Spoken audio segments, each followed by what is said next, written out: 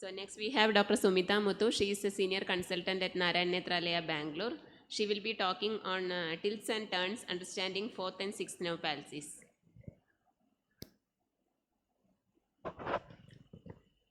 Thank you. So before I begin, I just want to show off hands on how many postgraduates we have here. No? Anybody? Okay. So we will skip the basic level of examination and workup and probably go to straight away to more of case examples. But of course, no talk on neuro-ophthalmology is complete without neuroanatomy, as Dr. Neena said, and we definitely have to spend some time on the neuroanatomy. So to talk about the fourth nerve palsy, we have to know where the fourth nerve nucleus is located. It's located at the midbrain, and you can see how it is the only nerve which exits at the dorsal side. So this makes it particularly vulnerable to trivial trauma. So following just a head bang, following just some trivial injury like maybe being punched on the face, people come up with fourth nerve palsies. So the fourth nerve can be divided into the following parts: a fascicular part, a precavernous part, an intracavernous part, and an intraorbital part, because the pathologies that involve all these parts are different. So classical presentation of a person who presents with fourth nerve palsy is with vertical diplopia. They often have a head tilt to the opposite side. They complain of tilting of images, and of course asthenopia because of all of these symptoms, because it particularly affects the down gaze. There is difficulty in getting down the stairs, there is difficulty in reading, and most of the symptoms are exaggerated during these activities. The causes, of course, most common one is congenital, but they can present much later in life when they get decompensated. Okay, the other most important cause, as I said, is trauma because of the vulnerability. Then it can be idiopathic and neurological causes, which includes both vascular as well as tumor. These are the various list of causes of acquired palsy. But what you must know is when there is a bilateral superior oblique palsy, this can be seen in cases of trauma, severe trauma. So as I said previously, it's very important to differentiate an acquired superior oblique palsy with a decompensated congenital superior oblique palsy. How do you do that?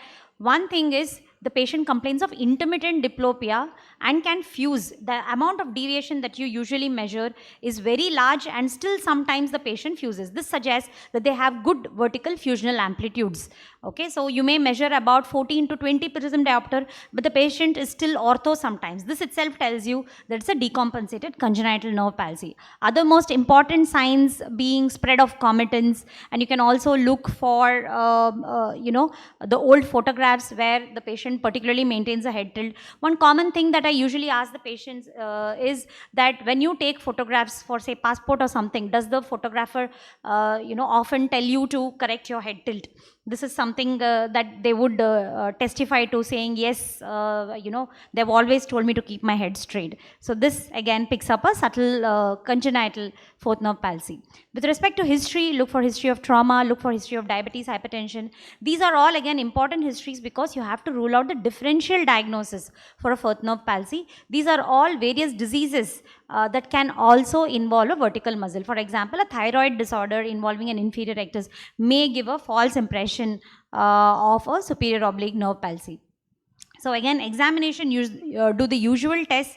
I think we are going to skip the basic test. In a case of mild paresis, you'll only find a mild inferior oblique overaction, and in case of moderate and severe, you'll find more severe inferior oblique overactions. So because usually the SO underaction as such is very subtle and often difficult to pick up on examination. And the Gold's rule, you all know, a right hypertropia which increases on the opposite gaze, that is the left gaze, and worsening on the same side head tilt is almost always suggestive of a superior oblique palsy, because that is the most common vertical muscle to be involved in any nerve paresis.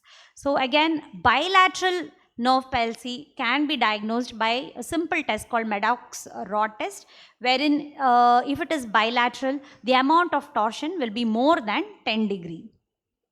So these are all differences between a unilateral and bilateral superior oblique palsy. Usually they present with V pattern esotropia, and what you also see is that on either side. So on right head tilt, there will be a right hypertropia, and on left head tilt, there will be a left hypertropia which is increasing. So this is how you recognize a bilateral superior oblique palsy. The typical diplopia charting, this is what it looks like. It's worse in the direction of action of the superior oblique, okay, that is in the opposite depression. And this is how the Hess charting looks like. Okay, I think we will not go into details of that. So let us move on to sixth nerve petasis. Sixth nerve nucleus again is located at the mid-level of pons. It's ventral to the floor of the fourth ventricle. And what's important is the fasciculus of the seventh nerve curves around it. So this makes the association of the nucleus and the fasciculus of the seventh nerve very close, and therefore lot of lesions that affect the nuclear level of sixth nerve coexist with that of the seventh nerve. So this is where the nucleus is located, and you can see the fasciculus of the seventh nerve winding around it. Okay.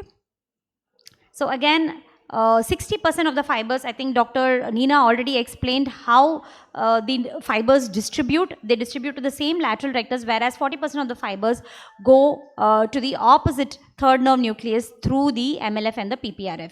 So therefore, when there is a PPRF lesion, she already explained, there's an ipsilateral gaze palsy. So when the facial colliculus is affected, you see again seventh nerve palsy along with the sixth nerve palsy. So these are the various syndromes that are associated with the fascicular lesions. So here you can see the sixth, seventh and the pyramidal tract gets affected. That's called the Millard-Gubler syndrome. And Raymond syndrome is nothing but the sixth and the pyramidal tract getting affected. The Foville syndrome involves all of these nerves and the PPRF. So fifth, sixth and seventh along with PPRF. So it can also present with a Horner syndrome kind of picture because of the sympathetic involvement. So this is the basilar part. So what's most important structure you can see here is the petroclinoid ligament.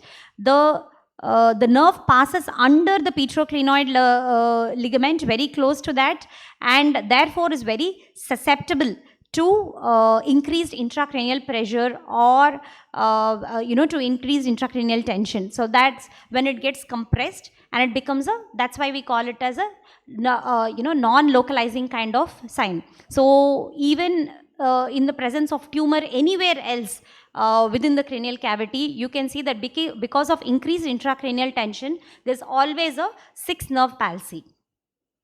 So subarachnoid lesions like meningitis, epiangle tumors, subarachnoid hemorrhage, all of this can also cause a sixth nerve palsy.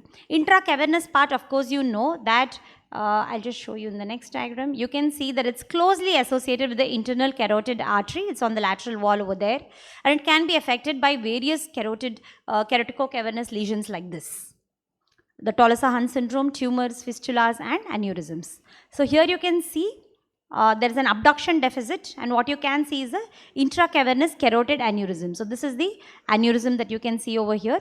There is also an mild ptosis and meiosis. As I previously said, the sympathetic fibers can get affected, because of which a Horner syndrome kind of picture can be present. So this is the intraorbital part. You can see that the nerve exits at the apex of the orbit and then supplies the inner orbital surface of the muscle. So there can be various lesions that can affect the intraorbital part. For example, cysticercosis lesion can affect this intraorbital part. So this is the various classification of the nuclear, fascicular, subarachnoid, intracavernous and intraorbital part, and various etiologies that can affect each of these parts. So coming to the most common etiologies again is microvasculopathy associated with hypertension and diabetes. You also see certain undetermined causes. For example, a child presents with sudden sixth nerve palsy. You do a neuroimaging, you do all of the investigations, everything else is negative. Okay, then you just conclude that it's idiopathic. Most often they follow viral infections. They can follow an episode of fever, but there is no particular etiology. We also saw during the COVID times that certain sixth nerve palsies were associated with the vaccinations. After vaccines they presented to us, but then again we could not find the particular etiology. So again, depending on whether it's an adult or child, you can classify. So I'll just skip the etiologies and we'll just straight away move on to certain case examples. So the management, of course, you have to do the necessary investigations, do an imaging when it's absolutely necessary. So these are all the following situations where you definitely have to do a neuroimaging. That's when you see it in a young patient, when there is associated pain, when there's associated history, any neurological history, when they present with any other cancers to rule out metastasis, when it is bilateral, when there is papilledema. These are all situations where you definitely have to neuroimage. Again, when you're following up the patient and when there is progression and there is no resolution, that's again a situation where you have to neuroimage. Management, of course, in this interim period until it resolves or until that 6 months period where you can actually operate, you have to manage them with prisms or with occlusion. So botulinum toxin is again an interesting option. So here you can see that we have given the botulinum toxin to the left medial rectus, okay, and after 3 weeks you can see that there is some resolution of the horizontal deviation over here. So that can be a good option to resolve the diplopia and also to prevent contractures in the long run. So let us look at this case example. This gentleman presented with history of double vision for more than a month and reduced corneal sensation. That's an important point to be noted. Okay. So here you can see the Hess charting showing a typical limitation. So there was an extra axial mass on neuroimaging which we found which was indenting the left trigeminal nerve. Therefore, we had a 6th nerve along with reduced corneal sensation. So other cranial nerve examination becomes very, very important when it comes to any nerve palsy that you come across. So here you can see a very interesting case. A gentleman comes with the history of diplopia following trauma with football, and he presented to us. Most of the anterior and posterior segment examination was normal. On oculomotility, of course, we found a mild abduction limitation. So we did a neuroimaging and it was unremarkable at that point except for some non-specific arachnoid cysts that we found. So then we thought, okay, this is like an idiopathic 6th nerve palsy or a traumatic 6th nerve palsy which would probably resolve over time. But suddenly 3 months later he presented with sudden proptosis and chemosis. Okay, and again corneal sensation was reduced and there was further limitation of the abduction. Abduction was -4. And what we found on neuroimaging was that there was a CCF. So there was an indirect type of CCF. It was slowly building and suddenly it worsened and presented with all of those symptoms. Then when the patient underwent embolization, all of the symptoms resolved. And you can, of course, see the coiling being done over there. And this is post the procedure. You can see that the abduction is almost the same. There's a slight improvement, but all of the other signs have reduced. The proptosis, chemosis, and all of the other signs have reduced. So this patient awaits a squint surgery. So certain other causes, as I already mentioned, cysticercosis can also present with localized nerve palsies. Again, fundus examination is the most important thing when you come across a 6th nerve palsy to rule out any non-localizing signs. So this patient again had a left abduction limitation and improved with IV and oral steroids and immunomodulators. Any guess on what condition this patient had? Of course, it's a 6th nerve palsy, but he improved with oral steroids and immunomodulators. That helps you clinch the diagnosis. Can anybody guess? Myasthenia is a good guess. Of course, it can respond. But anything else? I will give you a clue. You have to look at the blood workup. So it was an IgG4 neuropathy. You can see how it involves the pachymeningeal inflammation. You can see over here. Okay, so this was an IgG4 neuropathy. So the classical thing in IgG4 neuropathy that you see is dramatic improvement with steroids or with immunomodulators. Other thing is the increased IgG4 count, of course. And also, if you happen to do any biopsy for any of these lesions, not of course the meninges, when they present with orbitopathy, what you can see is the increased plasma cell infiltration.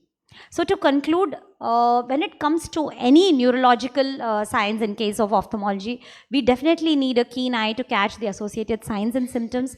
Always obtain relevant history and investigations. Do not do the same set of investigations for all the patients. Of course, you are bound to pick up the most common things, but certain uncommon things, etiologies you may not pick up. And never say no to neuroimaging. Sometimes, for example, when you saw that gentleman, when it seemed obvious that it's a traumatic sixth nerve palsy, but further later worsened, and he came, with an aneurysm, with a fistula, we definitely had to do a